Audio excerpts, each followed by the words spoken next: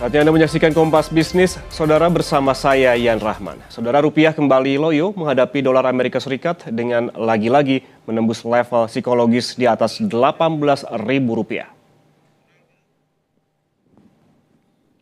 Menurut sejumlah ekonom, saudara, pelemahan rupiah terjadi karena kombinasi sentimen global dan juga domestik. Secara global, ketegangan geopolitik serangan militer Amerika Serikat terhadap Iran kian meredupkan harapan tercapainya kesepakatan damai sehingga menekan risiko di kawasan.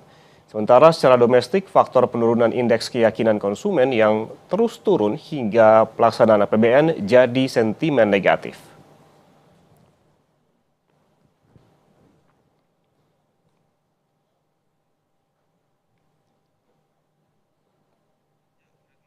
Data dari sejumlah perbankan, saudara, per Kamis 9 Juli 2026, dolar Amerika Serikat bahkan sampai dijual hingga Rp18.220 di Bank Tabungan Negara. Sementara Bank Mandiri di level Rp18.150 per dolar Amerika Serikat. BNI dan juga BCA menjual dolar dengan angka identik di Rp18.130, sedangkan BRI menjual di level Rp18.116. Untuk beli, BRI berada di level tertinggi di Rp18.083, BNI di Rp18.070, sementara tiga bank lainnya masih di bawah level Rp18.000.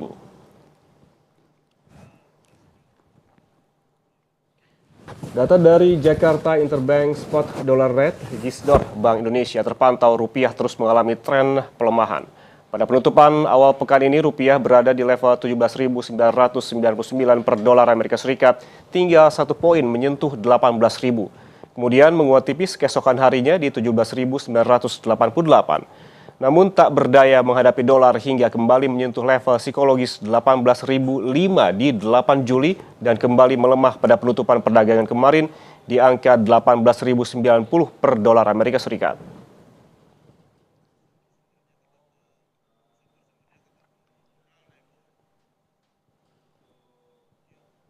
Sementara data dari Bloomberg, saudara, di pasar spot rupiah juga kian rontok terhadap dolar Amerika Serikat. Pada awal pekan, rupiah diperdagangkan di 17.995, menguat pada Selasa di 17.980.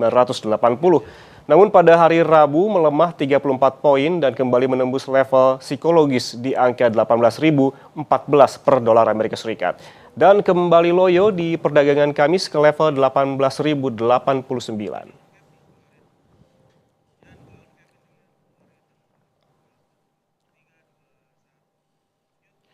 Saudara, setelah beberapa waktu lalu sempat menguat dengan kencangnya intervensi Bank Indonesia, kini rupiah kembali loyo menghadapi dolar Amerika Serikat, menembus angka psikologis lebih dari Rp18.000.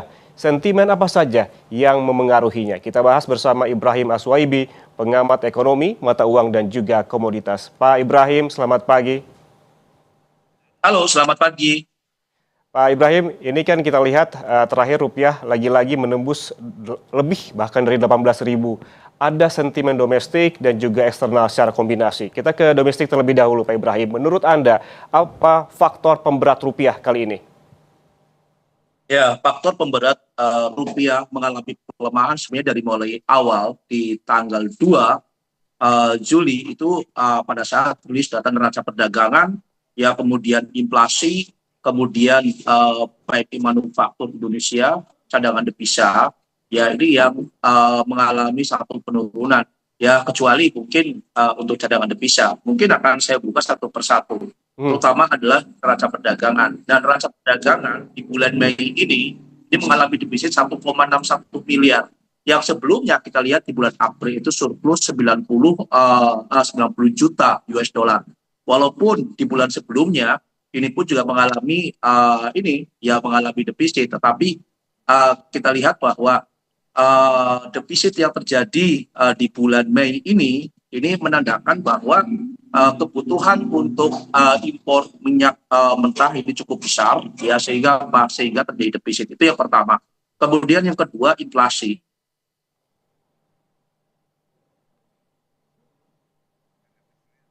Pak Ibrahim?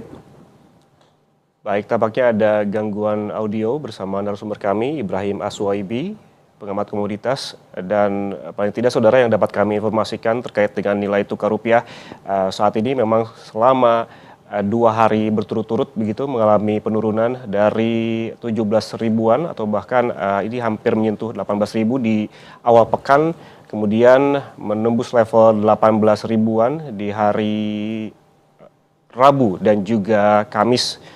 Namun demikian ini disebutkan bahwa sejumlah sentimen memengaruhi nilai tukar rupiah termasuk domestik dan juga global.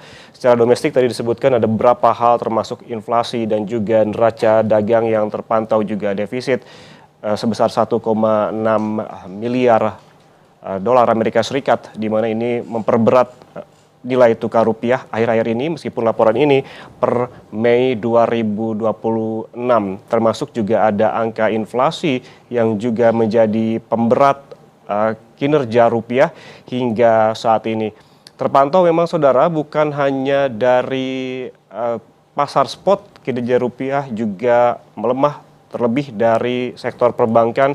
Kita lihat apabila kita dari JISDOR Bank Indonesia masih di angka 18 ribuan lebih begitu, namun di perbankan ada yang menjual hingga 18.200 lebih dan juga rata-rata di 18.100-an dengan angka beli di rata-rata 17.000 ataupun jual dan juga beli di angka 17.900-an.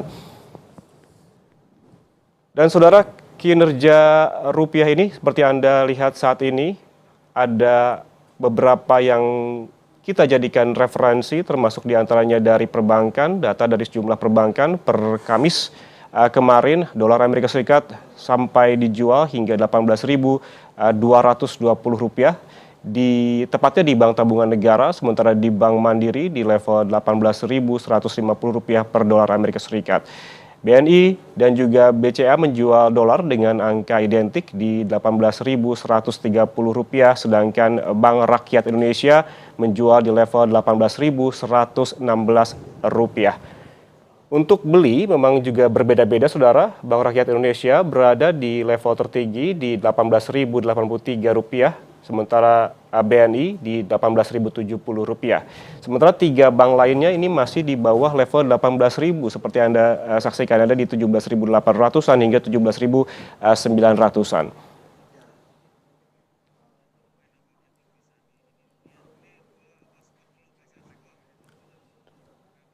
Data dari Jakarta Interbank Spot Dollar Rate atau JISDOR Bank Indonesia ini terpantau saudara rupiah terus mengalami tren pelemahan. Pada penutupan awal pekan ini rupiah berada di level 17.999 per dolar Amerika Serikat, tinggal 1 poin ini menyentuh 18.000. Kemudian menguat tipis keesokan harinya di level 17.988, namun tidak berdaya menghadapi dolar hingga kembali menyentuh level psikologis 18.005 di 8 Juli dan kembali melemah pada penutupan perdagangan kemarin di angka 18.090 per dolar Amerika Serikat. Kita kembali lanjutkan perbincangan dengan Ibrahim Aswaibi. Pak Ibrahim, kita lanjutkan kembali perbincangan. Tadi Anda sempat menyebutkan terkait dengan beberapa sentimen negatif yang menjadi pemberat rupiah ataupun kinerja rupiah. Ada inflasi dan juga neraca dagang yang juga defisit setelah 72 bulan terakhir ini terus surplus. Pak Ibrahim. Ya, halo Mas. Mungkin akan saya lanjutkan lagi. Kemudian data manufaktur PMI Indonesia pun juga mengalami kontraksi. Ya, kita lihat bahwa di bulan Mei itu di 50,1, ya kemudian di bulan Juni di 46,9. Ini mengindikasikan bahwa permasalahan tentang PHK massal, banyak perusahaan-perusahaan yang pindah dari Indonesia ke Vietnam, ini pun juga berdampak ya terhadap data manufaktur. Nah, kemudian cadangan devisa Indonesia pun juga di bulan Mei ini di 144,9 miliar, kemudian di bulan Juni itu 145,6 miliar. Ini pun juga mengalami peningkatan dan ini pun juga tanda-tanya besar ya pada saat rupiah gonjang-ganjing mengalami pelemahan, tetapi cadangan devisa kita meningkat. Nah, walaupun kita lihat bahwa cadangan devisa ini bisa untuk menahan kekuatan di 4,9 bulan. Nah, kita harus lihat juga bahwa pemerintah internasional seperti Fitch Ratings mengatakan bahwa semua negara yang memiliki rating triple B PSBB itu harus minimal itulah 5 bulan. Artinya apa? Bahwa Bank Indonesia cadangan devisanya itu hanya kekuatan 4,9 miliar pun juga ini 4,9 bulan ini pun juga dipertanyakan. Apalagi kemarin indeks IKK ya keyakinan konsumen ini pun juga mengalami penurunan berturut-turut ya. Kalau kita lihat dari bulan Januari itu adalah di 127,0, ya kemudian di bulan Mei itu di 120,9, kemudian di bulan Juni itu 117,8. Artinya apa? Indeks keyakinan konsumen ini mengalami penurunan yang signifikan sehingga wajarlah kalau seandainya rupiah ini mengalami pelemahan yang cukup signifikan. Di sisi lain pun juga tentang masalah pasar modal kita ya MSCI yang sampai saat ini masih menunda untuk apakah pasar modal Indonesia itu masuk emerging market atau frontier market, ini pun juga masih dipertanyakan. Nah, komplikasi ini yang membuat rupiah mengalami pelemahan, apalagi ya kita lihat data eksternal pun juga mendukung pelemahan mata uang rupiah, terjadinya perang ya di Timur Tengah bersamaan dengan masa berkabung Iran ya untuk pemakaman Ayatollah Khamenei, kemudian juga pertemuan bangsa Amerika yang terpecah ya karena ada yang menginginkan menaikkan suku bunga, mempertahankan suku bunga. Kemudian John William ya tadi malam pun juga mengatakan bahwa harga minyak mentah kemungkinan besar akan mengalami penurunan. Ini dari segi kebijakan bank sentral. Perpolitikan di Amerika pun juga sekarang memanas, memasuki fase fase pemilu selak.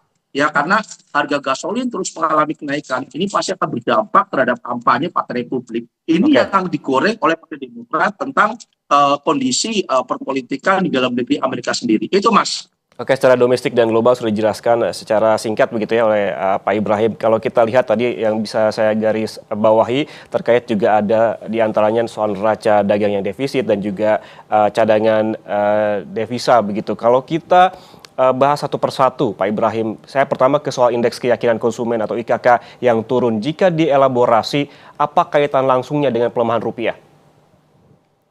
Oh ya, pasti indeks keyakinan konsumen ini mengalami penurunan, ini mengindikasikan bahwa daya beli masyarakat ini terus mengalami penurunan. Nah, itu pun juga berhubungan dengan PMI manufaktur. Nah, jadi antara indeks keyakinan konsumen ini juga ada berkaitan dengan PMI manufaktur. Pada saat manufaktur mengalami terjadi kontraksi, ya pastinya akan berdampak terhadap indeks keyakinan konsumen. Kita lihat bahwa indeks keyakinan konsumen dari bulan Januari yang cukup tinggi, ya kita lihat itu di 127, ya itu turun sampai di bulan Juni itu di 117. Artinya apa? Bahwa konsumen ya Indonesia pun juga mengalami penurunan. Kemudian masalah PHK yang begitu besar, ya kita lihat bahwa terutama adalah perusahaan-perusahaan yang padat karya ya di Bandung seperti sepatu, kemudian konveksi, ini cukup mendukung. Apalagi kemarin kejadian Tokopedia dan TikTok yang akan melakukan PHK, ini pun juga berdampak cukup luar biasa. Dampaknya bukan ke rupiah saja, tetapi ke indeks harga saham gabungan pun juga mengena. Ini indeks keyakinan konsumen, dan indeks keyakinan konsumen itu adalah sangat vital sekali untuk kemana arah rupiah, apakah akan menguat atau mengalami pelemahan. Itu Mas. Oke, yang jadi catatan juga Pak Ibrahim adalah ini terkait dengan adanya catatan ataupun peringatan dari Fitch Ratings soal kepercayaan investor. Seberapa jauh ini berkontribusi juga terhadap rupiah. Namun kita bahas usai jeda Pak, tetaplah bersama kami di Kompas Bisnis.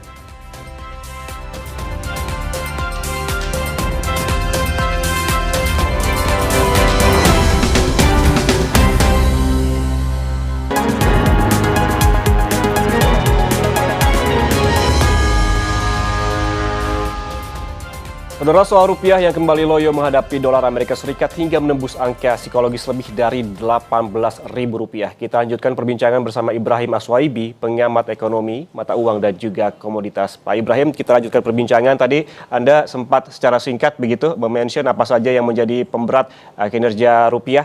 Ada soal inflasi, neraca dagang yang defisit, data PMI manufaktur hingga ke cadangan devisa. Kalau kita elaborasi satu persatu, Pak Ibrahim, termasuk salah satunya diantaranya adalah soal neraca dagang. yang mematahkan rekor 72 bulan surplus jadi defisit pada Mei 2026. Seberapa besar laporan ini memengaruhi pergerakan rupiah? Karena kalau kita lihat juga sepanjang tahun 2026 sebetulnya surplus begitu dari Januari, Februari hingga April, Pak Ibrahim. Ya, kalau saya lihat bahwa untuk neraca perdagangan di bulan April sendiri memang mengalami surplus di 90 juta dolar. Tetapi kita lihat bahwa surplus ini pun juga menyempit. Nah, ini menandakan bahwa di bulan berikutnya, di bulan Mei, karena kita lihat di bulan Mei ini adalah impor minyak yang cukup besar ya dari Timur Tengah. Ini membuat apa? Membuat kebutuhan dolar yang cukup tinggi sehingga terjadi defisit sebesar 1,61 miliar. Nah, kita harus lihat bahwa kita tentang defisit neraca perdagangan ya, kita pun juga bahwa defisit neraca perdagangan dipatok di APBN itu dari 2,68 ya persen, tetapi rupanya melebihi dari 2,68%, bahkan menyentuh level 2,86%. Jadi ada pembalikan dari 2,68 menjadi 2,86. Nah, ini pun juga kita melihat bahwa subsidi yang dilakukan pemerintah untuk BBM dan lain-lain sampai semester pertama ini mengalami peningkatan di 233 triliun, hampir di 52% dibandingkan sampai di bulan Mei kemarin. Di bulan Mei kemarin itu adalah di 203,7 triliun. Sedangkan pagu APBN sendiri itu hanya 381,3 triliun. Artinya apa? Bahwa semester pertama itu sampai melebihi dari 50%, 52%. Bisanya dalam pertemuan kemarin di DPR, ya Menteri Keuangan Purbaya melakukan revisi untuk apa? Untuk semester kedua. Ini sudah cukup bagus, apalagi untuk minyak mentahnya itu dipatok di $83 per barel. Ini artinya bahwa pemerintah pun juga sudah sigap. Tetapi harus ingat bahwa kalau seandainya perang terjadi, kita harus ingat bahwa perang saat ini itu Iran itu sedang berkabung. Artinya Pak, Iran pun juga masih setengah-setengah melakukan penyerangan. Tapi pada saat nanti masa bergabung selesai di minggu depan, bisa saja Iran akan sporadis melakukan penyerangan terhadap fasilitas-fasilitas Amerika yang ada di Timur Tengah. Dan ini akan berdampak terhadap apa? Terhadap kenaikan harga minyak. Memang saat ini harga minyak mengalami penurunan akibat apa? Pernyataan dari Gubernur Bank Sentral Amerika, ya terutama adalah John Williams, yang mengatakan bahwa harga minyak kemungkinan besar akan turun. Bisa saja ini pun juga intervensi dari Trump, karena Trump sendiri menginginkan gasolin itu mengalami penurunan, karena ini dampaknya terhadap pemilu setelah di Amerika. Itu Mas. Oke, sebelum kita lebih jauh membahas soal eksternal, Pak Ibrahim, dari domestik pun Anda sempat menyebutkan tadi terkait dengan cadangan devisa. Kita ketahui bahwa cadangan devisa di bulan Juni kemarin ini naik jadi 145,6 miliar dolar Amerika Serikat dibandingkan Mei sebesar 144,9 miliar dolar. Ini tipis sih begitu Pak Ibrahim. Apakah ini tidak cukup ampuh terhadap penguatan rupiah? Oh iya, jadi menurut saya tidak. Ya pada saat kondisi rupiah bergolak, ya mengalami pelemahan, Bank Indonesia selalu mengatakan bahwa terus melakukan intervensi ya baik di pasar internasional, pasar domestik, obligasi, kemudian di valuta asing. Tetapi kenyataannya adalah cadangan devisanya mengalami kenaikan. Itu yang pertama. Yang kedua, selalu mengatakan bahwa Bank Indonesia bahwa cadangan devisa ya sebesar 145,6 miliar US dollar ini untuk kecukupan di 4,9 bulan. Nah, ini pun juga menjadi tanya besar karena secara internasional, pemerintah internasional bahwa negara ya yang memiliki rating ya triple B ya BBB itu harus mengawal bahwa cadangan ini untuk 5 bulan. Nah, ini yang harus diperhatikan juga oleh Bank Indonesia. Jadi sama juga seperti sebenarnya tentang masalah pasar modal, tentang masalah free float, ya di mana secara internasional itu dibatasi minimal itu adalah 15%, tetapi Indonesia ini kan di 3-7,5%. Nah, Bank Indonesia itu harus berpikir ulang juga untuk kekuatannya apa? Untuk 5 bulan ke depan. Nah, ini yang menjadi tanda-tandanya besar sehingga apa? Arus modal asing begitu besar, rupiah melemah cukup tajam kemarin, bahkan saya katakan bahwa cukup tajam. Karena apa? Karena 114 poin. Ya, sebelum-sebelumnya tidak seperti itu. Ini penurunan yang cukup luar biasa, sampai ditutup 18.128 rupiah. Ini cukup fantastis bagi saya ya, walaupun sebelumnya 2 hari sebelumnya Bank Indonesia mengatakan bahwa intervensi yang dilakukan oleh BI ya cukup mumpuni dan rupiah menguat 15 poin. Tapi setelah itu rupiah kembali mengalami pelemahan yang cukup signifikan. Oke. Komplikasi antara internal dan eksternal cukup besar. Kemudian kita lihat juga tentang masalah koperasi merah putih.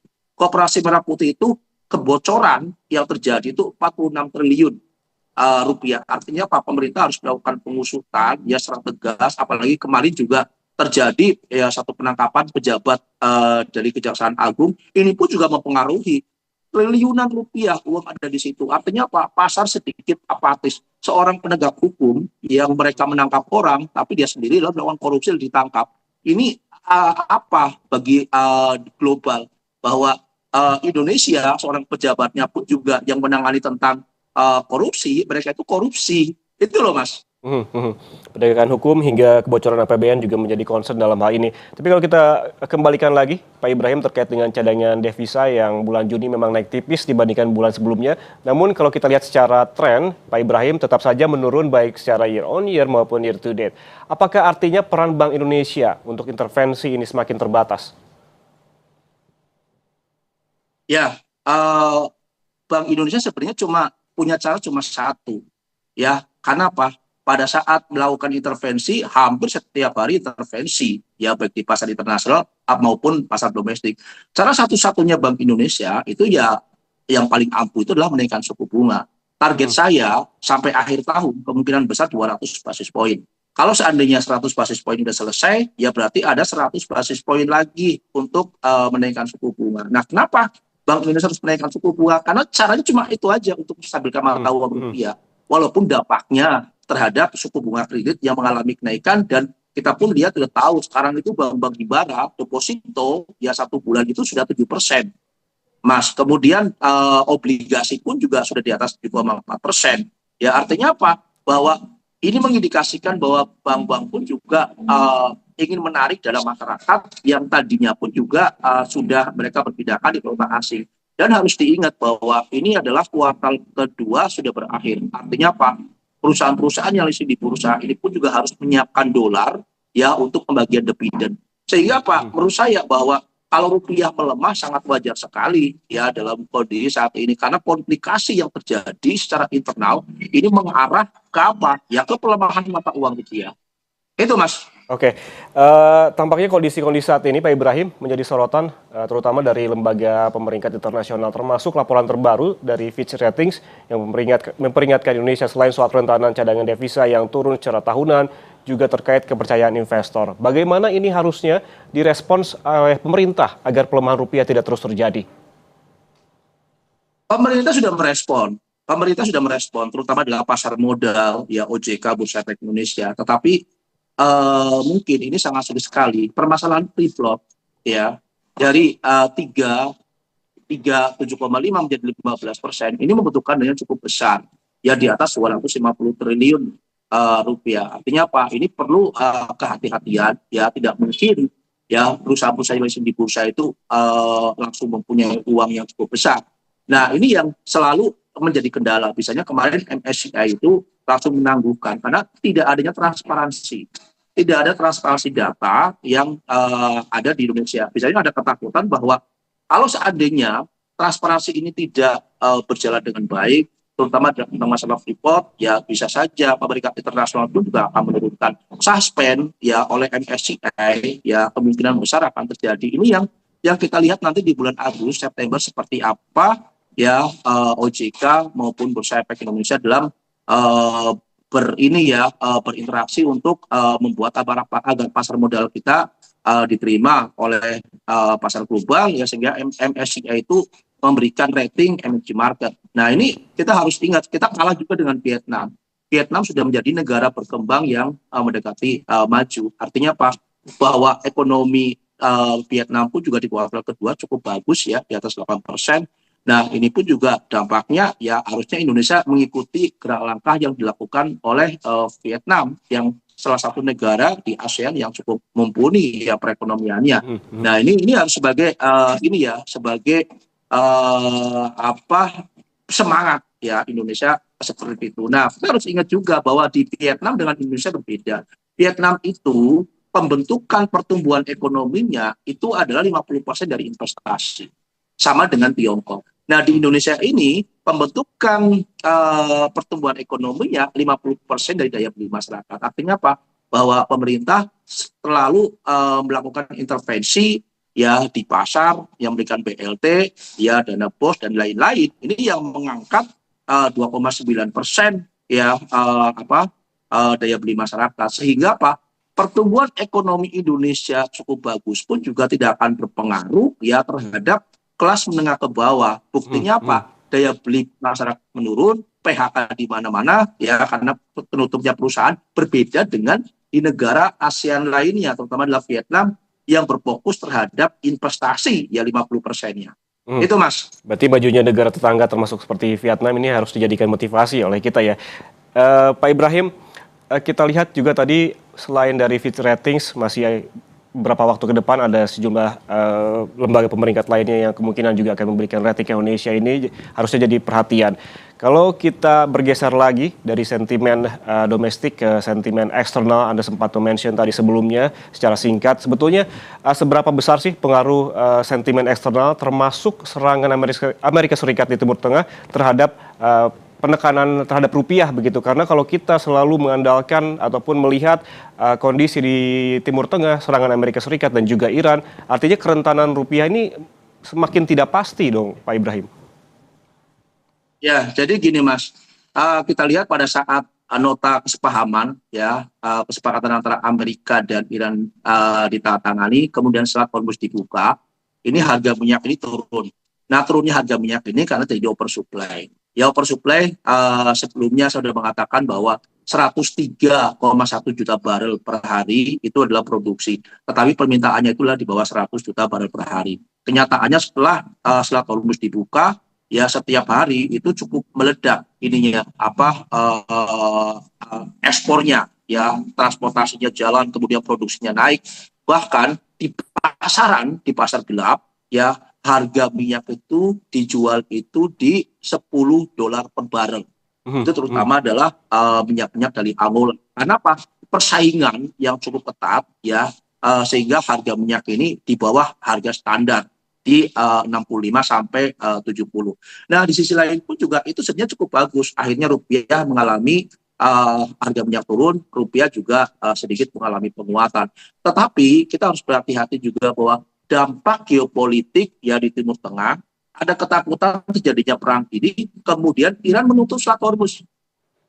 Jadi menutup Selat Hormuz sehingga para spekulan bermain, mereka kembali menaikkan harga minyak mentah. Karena apa? Negara-negara yang transportasi kapalnya melalui Selat Hormuz pasti akan menaikkan asuransinya. Asuransi ini yang paling ditakutkan. Pada saat asuransi ya untuk transportasi kapal-kapal yang berlayar di situ dinaikkan, ini akan berdampak juga adalah terhadap harga minyak dan muatnya indeks dolar. Nah, sehingga disinilah para spekulan itu begitu besar menggoreng ya agar minyak ini naik. Sebenarnya terjadi oversupply. Itu yang pertama. Kemudian yang kedua, di Eropa Timur sendiri ya Rusia dan Ukraina, kita lihat bahwa Ukraina itu menyerang Rusia itu bukan ya gedung-gedung tinggi, tapi yang diserang itu adalah instalasi minyak. Ya, minyak Rusia, sampai Rusia itu cadangan minyaknya berkurang karena diserang menggunakan drone oleh Ukraina. Walaupun Rusia pun juga menyerang ibu kota Ukraina, Kiev ya, dengan persenjatanya cukup besar. Tetapi kalau kita lihat bahwa Ukraina selalu menangkan ya dalam peperangan tersebut. Itu Mas. Oke, Pak Ibrahim, terakhir boleh dijawab singkat saja. Proyeksi Anda pergerakan rupiah akan seperti apa dalam jangka pendek? Apakah optimisme Bank Indonesia mengembalikan rupiah ke level 15.000 hingga 16.000-an di semester 2 tahun ini masih memungkinkan? Kalau menurut saya sebagai seorang pengamat bahwa rupiah ke 15.000 sangat sulit sekali dalam kondisi saat ini. Apalagi eksternal terutama dalam Amerika dan Iran ini yang kemungkinan sampai tahun 2027 ini pasti akan bergolak. Ya, kemudian kita lihat walaupun kemarin Menteri Keuangan sudah membuat satu untuk APBN ya di tahun di semester kedua, ya ini pun juga bahkan mengatakan bahwa akan maksimal itu di defisit anggaran di 2,86, ya kita tinggal lihat saja. Tetapi rupiah ini masih akan terus mengalami pelemahan, bahkan kalau seandainya terjadi perang lagi di Timur Tengah, 19.000 kemungkinan besar akan tercapai. Untuk mendekati level 15.000 sangat berat sekali, ya walaupun dilakukan oleh Bank Indonesia maupun pemerintah bekerja sama begitu kuat, ya sangat sulit. Tetapi kalau di atas 17.000 kemungkinan besar akan tetap ada 17.500, itu mungkin adalah level terendahnya. Dan level tertingginya saya melihat akan mencapai di level 19 ribuan. Itu Mas. Oke, level tertingginya di 19 ribuan apabila kita melihat bahwa keterangan dari Bank Indonesia dan juga pemerintah di beberapa bulan lalu, optimisme terkait dengan penguatan rupiah di bulan Agustus di angka 15 ribuan hingga 16 ribuan ini tampaknya sulit tercapai begitu, mengingat juga adanya kombinasi sentimen negatif baik domestik maupun eksternal. Terima kasih Ibrahim Aswaibi, pengamat ekonomi, mata uang dan juga komoditas atas penjelasannya di Kompas Bisnis hari ini. Sehat selalu, Pak. Ya, terima kasih sekali. Saudara, jangan kemana-mana karena Sapa Indonesia Pagi akan kembali untuk Anda dengan sejumlah informasi lainnya. Di antaranya Bupati Sukoharjo, Etik Suryani, terkena operasi tangkap tangan Komisi Pemberantasan Korupsi. Usai jeda, kami kembali untuk Anda.